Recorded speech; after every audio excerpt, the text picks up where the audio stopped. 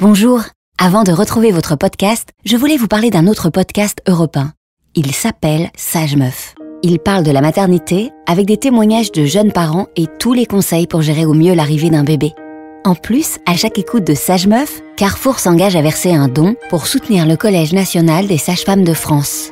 Avec les marques Carrefour Baby et Tex Baby, Carrefour accompagne les bébés au quotidien. Des produits alimentaires et d'hygiène, du textile, de l'équipement. Avec Carrefour, on a tous droit au meilleur.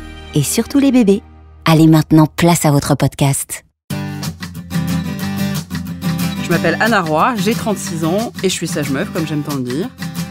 Dans ce podcast, je vous ouvre les portes de ma maison et des appartes des couples que j'accompagne en ville. Je vais vous emporter dans le tourbillon de la vie qui vient en vous racontant mon histoire, leurs histoires, sans phare et sans tabou. Lorenzo ne tète pas, sa mère est tétanisée, elle ne sait pas quoi faire. Comment est-ce que vous avez vous organisé? Vous n'aviez pas prévu tout ça? Oh bah non, fini les petites habitudes qu'on peut prendre au bout de 6 ans de mariage. Dans cette nouvelle saison, je réponds aux questions que vous me posez juste après l'accouchement. Parce qu'on le sait moins, mais les sages-femmes s'occupent aussi des nouveau-nés, c'est-à-dire des enfants jusqu'à 1 mois et même un peu après. Ce podcast est fait pour vous, chers parents. Il est fait pour vous servir et vous divertir, et si j'y arrive, eh bien, j'aurai tout gagné. Alors bienvenue dans Sage Meuf. Épisode 6, mais quand est-ce que mon bébé fera enfin ses nuits ? Paris, 7 septembre 2020, 12e arrondissement, 15h. C'est un lundi de rentrée pluvieux. Je revois Mélanie après une longue période estivale. Ma patiente a 42 ans, elle vient de reprendre le travail environ 6 mois après la naissance de Vincent. Et nous devons achever ses séances de rééducation du périnée. Elle présente tous les symptômes de la dépression du postpartum. Tout est là. La fatigue, le manque d'envie et de désir, l'irritabilité, la labilité émotionnelle, les pleurs, les troubles du sommeil et de l'appétit, l'altération du lien avec le bébé. Elle veut donc des antidépresseurs et elle me demande auprès de qui elle pourra en trouver. Selon toute logique, il faudrait que j'envoie Mélanie en urgence chez un psychiatre pour une prise en charge adaptée. Mais je suis mal à l'aise. Pour Mélanie, dans ce cas présent, je ne crois pas tellement à la dépression du postpartum. Par contre, je crois bien sûr aux symptômes dépressifs qu'elle me décrit. Je pense que la raison de ces symptômes, c'est le manque de sommeil. Parce que Mélanie ne dort pas. 1. Parce qu'elle n'a aucun relais la nuit. Et 2. Parce qu'elle est réveillée toutes les heures par Vincent. En plus, elle travaille comme avocate la journée, ce qui veut donc dire qu'elle ne peut pas faire de sieste pour récupérer. Et ne pas dormir ni le jour ni la nuit, et c'est prouvé scientifiquement, je n'invente rien, ça rend triste, ça empêche de se sentir heureux, ça altère nos capacités cognitives, bref, ça rend zinzin. Je lui propose alors de faire un test.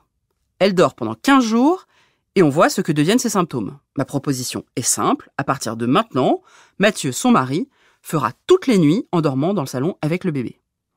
Le dit mari accepte sans sourcil. 15 jours plus tard, je retrouve Mélanie. Elle est resplendissante. Mélanie n'a donc pas de dépression du postpartum. Elle souffrait juste du manque de sommeil. Mélanie et Mathieu ont donc décidé d'alterner les nuits à partir de ce moment-là. Pendant quelques mois, ils se sont résolus à dormir séparément pour s'occuper à tour de rôle de Vincent. Vous pensez que ça a abîmé leur couple ? C'est même tout le contraire. Plus on dort, moins on se dispute, plus on est heureux, c'est presque mathématique. Ce qui est marrant avec cette histoire de nuit entrecoupée, c'est l'inégalité entre nous tous, nous parents. Certains s'en lavent les mains et d'autres souffrent au plus profond de leur chair. Moi, clairement, j'étais de la team de Mélanie en grande souffrance. J'ai vraiment cru devenir folle. J'arrivais plus à répondre aux besoins de mes patientes, j'avais l'impression d'être ivre en permanence. Et c'est vrai que tout s'est arrangé le jour où nous nous sommes répartis les nuits avec Nicolas, mon mec. Attention, clairement cette méthode ne convient pas à tout le monde, mais sachez qu'elle existe. Et puis ce qui est compliqué, c'est qu'il n'y a pas de règle. Certains bébés vont trouver leur rythme de sommeil au bout de 3 mois et d'autres au bout de 3 ans. Inutile de vous dire que ce ne sont pas du tout les mêmes difficultés. Mais je suis pas sûre qu'il se réveille. Mais promis, ça passe, et promis, on oublie, ou presque. Enfin, voir, c'est pas sûr. Alors, les premières nuits à la maison sont compliquées. Antoine ne dort pas, en gros, de minuit à 4h du matin. C'est des périodes vraiment d'éveil pour lui, où il a besoin d'être dans les bras, donc on est perdu avec Hugo. On essaie de faire tout ce qu'on peut, c'est-à-dire téter, change, enlever la turbulette, le prendre dans nos bras, le bercer, mais rien n'y fait, il ne dort pas et il reste dans nos bras ou au sein. Marie et Hugo en ont bien bavé avec Antoine. Je leur avais alors donné un petit conseil pour gérer les premières mauvaises nuits. C'est un peu sportif, certes, mais c'est assez efficace. Pour le calmer, surtout quand il était tout petit et qu'il était vraiment inconsolable là sur ces périodes en pleine nuit, Anna nous avait donné la solution de squatter. Donc on prenait Antoine et on faisait des squats du coup dans notre salon ou dans notre chambre. Et c'est vrai que des fois on se retrouvait totalement en nage après 20 minutes de squat, mais il y avait vraiment que ça qui permettait de l'endormir. Mais le problème, c'est qu'Antoine a pris certaines habitudes sur le moyen-long terme. Il associe désormais le moment de l'endormissement à la tétée et au bercement dans les bras de ses parents qui squattent. Qu'il associait. Ouais, qu'il associait, voilà. Résultat, plusieurs mois après sa naissance, il ne peut toujours pas s'endormir seul dans son lit, puisqu'on ne lui a jamais appris. On est à 3 mois, donc là, le sommeil d'Antoine, ça se détériore vraiment. Beaucoup de réveils toutes les nuits. Le soir, c'est une grosse galère pour l'endormir et c'est vraiment de pire en pire. Et on explique tout ça au pédiatre et lui, il nous dit que c'est pas forcément normal que ça se détériore niveau sommeil. Pour parler sommeil du nouveau-né, j'ai reçu la psychologue Héloïse Junier et je lui ai posé la question frontalement. Est-ce qu'un nouveau-né, on peut attendre de lui qu'il dorme plusieurs heures d'affilée ? En tout cas, comme on l'espérerait, ou est-ce que c'est tout bonnement impossible ? À mon sens, c'est quasi impossible. Et je pense que moins on idéalise le sommeil du tout petit, plus on accepte ces nuits fragmentées. Autrement dit, ces nuits pourries. Donc on accepte ça les premiers mois, on se dit ok, je vais avoir un sommeil ultra fragmenté, mais c'est des fois bien d'avoir un horizon, se dire ok, mais ce sera pas toujours comme ça. À partir de quel âge on peut se dire je vais peut-être sortir un peu la tête de l'eau ? C'est physiologique. Plus l'enfant grandit et plus ses cycles s'allongent. Donc moins il y a de réveil potentiel déjà entre 2 cycles. Donc déjà, c'est une bonne chose. Personne ne peut dire à quel âge un enfant fera ses nuits. Enfin, fera sa nuit, c'est-à-dire enchaîne quelques heures de sommeil à la suite. Il y a plein de facteurs qui entrent en ligne de compte. Il y a l'environnement, il y a les facteurs endogènes, il y a le tempérament de l'enfant aussi qui joue énormément. Et là, on est complètement passif par rapport à cette question.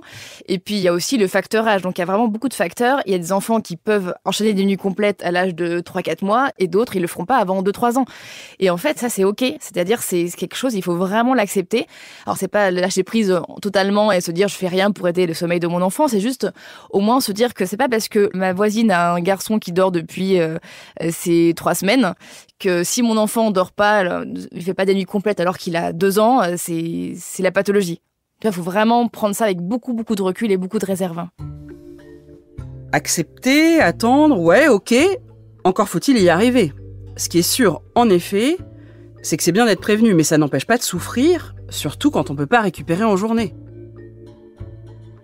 Rien que de penser à ces réveils nocturnes, je sens que mon cœur s'accélère sous l'effet du stress. Pour mon premier, Auguste, ça a été trop facile. Finger in the nose. Il a dormi hyper rapidement. En 3 mois, 2 mois, c'était plié. De quoi prendre confiance pour le deuxième.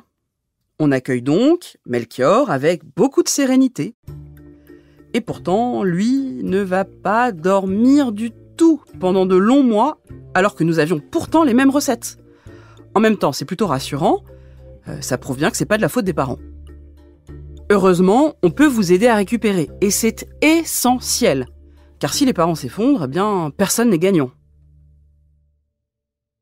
Il n'y a pas de recette miracle, mais il y a quand même pas mal de petits trucs qui ont été mis en avant dans la recherche scientifique sur le sommeil des jeunes enfants.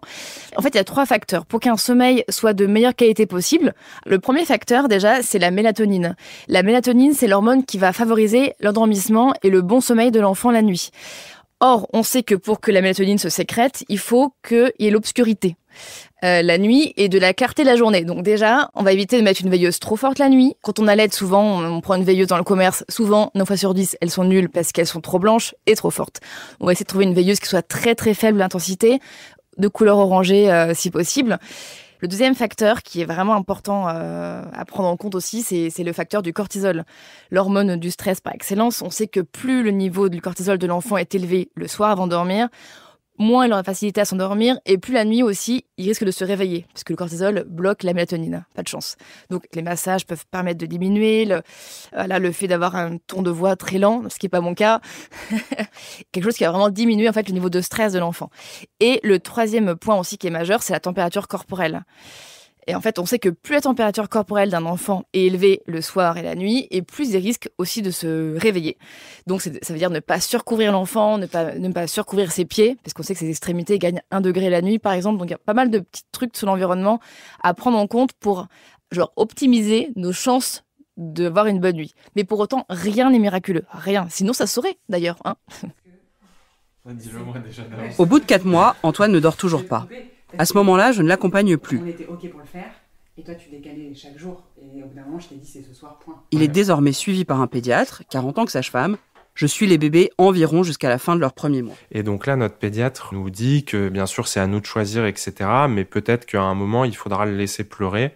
Donc, il nous explique la méthode du 5-10-15 pour qu'il apprenne à s'endormir tout seul. Donc la technique du 5-10-15, c'est de coucher l'enfant, qu'il soit endormi ou pas. Donc évidemment, au début, c'était impossible. À partir du moment où je le reposais, il se mettait à pleurer et ça a été très dur les premières fois. Donc il a fallu quand même que je sorte de la chambre, chronomètre en main. Il a pleuré 5 minutes, je suis revenue pour le calmer, le reprendre dans les bras si nécessaire, et c'était nécessaire au début, le recalmer, le recoucher, ressortir de la chambre, chronomètre en main pour 10 minutes. Revenir, de nouveau le calmer, le rassurer évidemment, et ressortir pour 15 minutes. Et alors là, c'était un peu le moment fatal parce que après l'avoir recalmé et reposé à ce moment-là, je savais que je ne reviendrais pas. Ensuite, il a pleuré 1h07. Donc là, c'était absolument atroce pour Hugo et moi.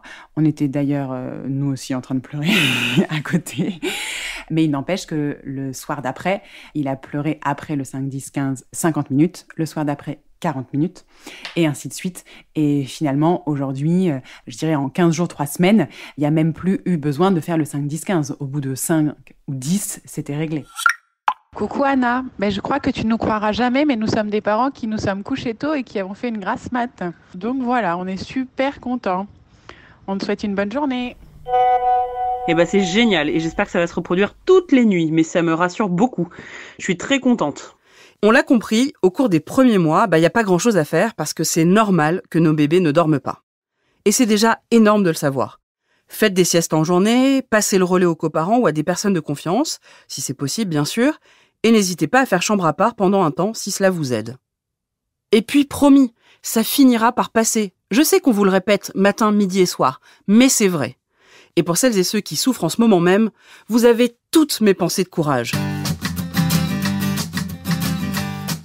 Sage Meuf est un podcast original Europe 1 Studio produit par Adèle Imbert. Cet épisode a été écrit par moi, Anna Roy. Julien Tarot a assuré la réalisation et le mixage. Merci à Héloïse Junier, Marie, Hugo et Antoine et à tous mes patients, petits et grands, sans qui rien n'aurait été possible. Si ce podcast vous a plu, abonnez-vous, parlez-en autour de vous et laissez-nous des étoiles ou un commentaire sur votre application d'écoute préférée.